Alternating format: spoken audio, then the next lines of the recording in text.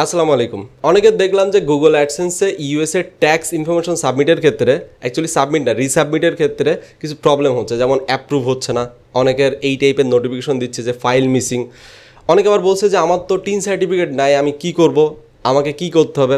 আবার অনেকেই কিছুদিন আগে, যাদের চ্যানেল কিছুদিন আগে মনিটাইজ হয়েছে হয়তো বা, তারা কিছুদিন আগে ইউএসের ট্যাক্স ইনফরমেশন সাবমিট করছিল, তারা বলছে যে আমরা কি এখন আবার সাবমিট করতে হবে। তো এরকম যাদের প্রশ্ন কিংবা এই টাইপের সমস্যাগুলো এই ভিডিও থেকে সমাধান পেয়ে যাবেন। যদিও আমি গত একটা ভিডিওতে স্টেপ বাই স্টেপ সব কিছু দেখাইছি যে আপনারা কীভাবে ইউএসের ট্যাক্স ইনফরমেশন রিসাবমিট করবেন, পুনরায় সাবমিট করবেন, সেখানে লাস্টে যে আমি প্রবলেমও দেখাইছি। বাট আপনাদের তো অনেক ধৈর্য আমি জানি, আপনারা ওই পর্যন্ত ধৈর্য ধরে দেখেন নাই, হয়তো এই জন্য সমস্যা হচ্ছে। যাই হোক, সমস্যার কিছু নাই, এই ভিডিও থেকে সলভ হয়ে যাবে।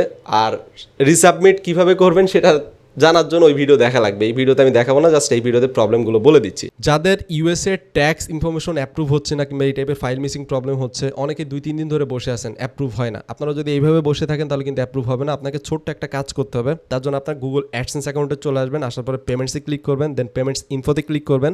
আমি যেভাবে দেখাচ্ছি ঠিক এইভাবেই করেন, আপনারটা অ্যাপ্রুভ এখনই হয়ে যাবে, আপনার প্রবলেম এখনই সলভ হয়ে যাবে। আসার পরে একটু নিচে আসলে দেখবেন সেটিংস এখান থেকে ম্যানেজ সেটিংসে ক্লিক করবেন।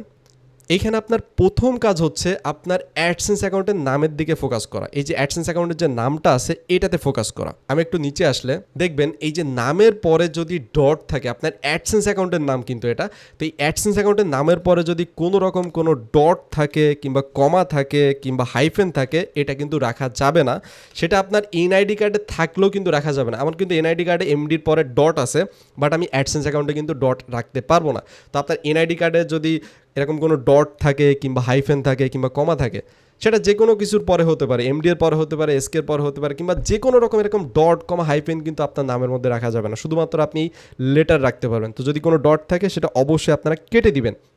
কারণ হচ্ছে আপনি যখন ইউনাইটেড স্টেটের ট্যাক্স ইনফো সাবমিট করবেন, তখন এখানে কিন্তু কোনো রকম কোনো ডট কমা হাইফেন এগুলো কিন্তু সাপোর্ট করে না, কোনো রকম কোনো সিম্বল সাপোর্ট করে না। তো আপনার এইখানে কিন্তু রাখা যাবে না। সেটা আপনার এনআইডি কার্ডে থাকলেও কিন্তু আপনি এখানে রাখতে পারবেন না। এটা কেটে দিবেন, কোনো সমস্যা নেই। আপনার এনআইডি কার্ডে হয়তো ডট আছে, এখানে ডট না রাখলে কোনো সমস্যা হবে না। এটা ডটটা কেটে দিবেন। কেটে দেওয়ার পর আপনারা জাস্ট এখান থেকে সেভ করে দিবেন, তাহলে দেখবেন যে অ্যাপ্রুভড হয়ে যাবে।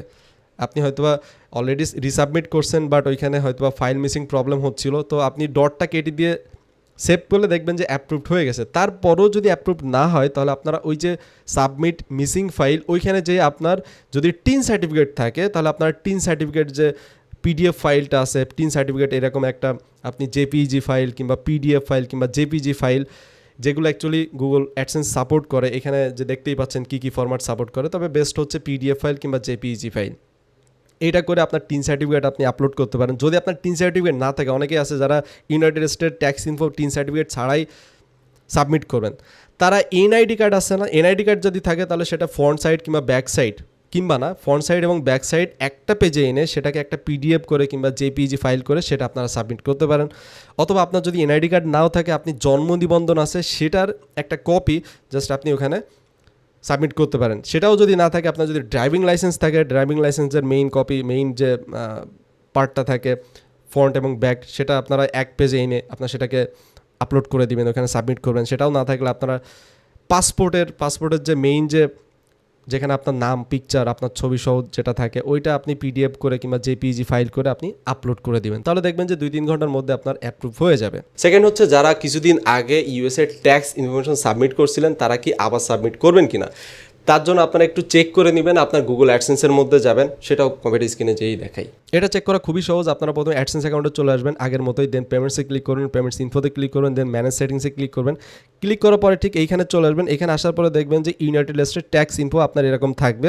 এখানে পেন আইকনে ক্লিক করবেন। পেন আইকনে ক্লিক করার পরে ম্যানেজ ট্যাক্স ইনফো এখানে ক্লিক করবেন। এখানে আপনি দেখে নিতে পারবেন যে আপনাকে আবার রিসাবমিট করা লাগবে কিনা। আপনি হয়তো বা 2-3 দিন আগেই সাবমিট করছেন, বাট তারপরও আবার করা লাগবে কিনা সেটা আপনি এখান থেকে চেক করে নিতে পারবেন। দেন এখান থেকে শো ট্যাক্স ডিটেলস অ্যান্ড ডকুমেন্টসে ক্লিক করবেন। এইখানে এসে দেখবেন আপনার হয়তো বা স্ট্যাটাস অ্যাপ্রুভড থাকবে, কিন্তু নিচে আসলে দেখবেন এক্সপায়ার্স অন, এটা যদি 2024 থাকে, এখানে যদি 2024 থাকে, আমার তো অলরেডি রিসাবমিট করে ফেলছি আমি, এই জন্য আমার ডেট বেড়ে 27 হয়ে গেছে। তো আপনার এক্সপায়ার যদি 2024 হয়, তাহলে আপনাকে আবার রিসাবমিট করাই লাগবে, করতে হবে আপনাকে।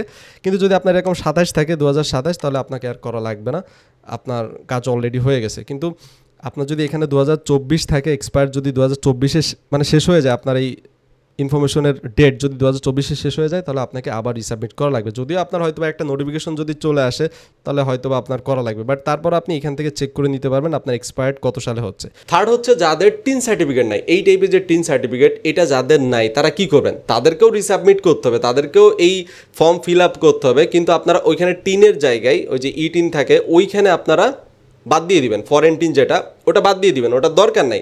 এখানে আপনার প্রবলেম কী হবে, এখানে বেসিক্যালি আপনার ট্যাক্স কাটবে 30% শুধুমাত্র ইউএস থেকে যে ভিউজটা আসে, যেটা খুবই সামান্য। আপনার চ্যানেলে যে দেখবেন যে আপনার ইউএসের ভিউজ কতটুকু, দেখবেন যে আপনি যদি বাংলাদেশি ক্রিয়েটর হন, আপনার যদি ম্যাক্সিমাম কন্টেন্ট বাংলাদেশ বেস্ট হয়ে থাকে, তাহলে দেখবেন সব বাংলাদেশি ভিউয়ার্স আপনার চ্যানেলে। ফিল আপ কিন্তু করা লাগবে, ওই যে রিসাবমিট কিন্তু করা লাগবে। টিন সার্টিফিকেট না দিয়ে যদি করেন, মানে টিন নাম্বার ফরেন টিন যদি না দিয়ে করেন, তাহলে শুধুমাত্র ইউএস থেকে যে ভিউজটা আছে সেই ভিউসের 30% ট্যাক্স কাটবে। তো ইউএস থেকে আপনার কতটুকু ভিউস আসে এটা ডিপেন্ড করে। অনেকে দেখা যাচ্ছে বাংলাদেশি ক্রিয়েটর তাদের বাংলাদেশি বেস্ট কন্টেন্ট তৈরি করে, ইউএসএ বেশি একটা মানুষ দেখে না, তাহলে তো তাদের বেশি একটা সমস্যা হবে। যেমন আমার বেশি একটা সমস্যা হওয়ার কথা না, আমার ভিউয়ার্স ম্যাক্সিমাম হচ্ছে বাংলাদেশ, ইন্ডিয়ার। আর কি কোনো সমস্যা আছে আপনাদের ইউএসএর এই যে ট্যাক্স রিসাবমিটের ক্ষেত্রে?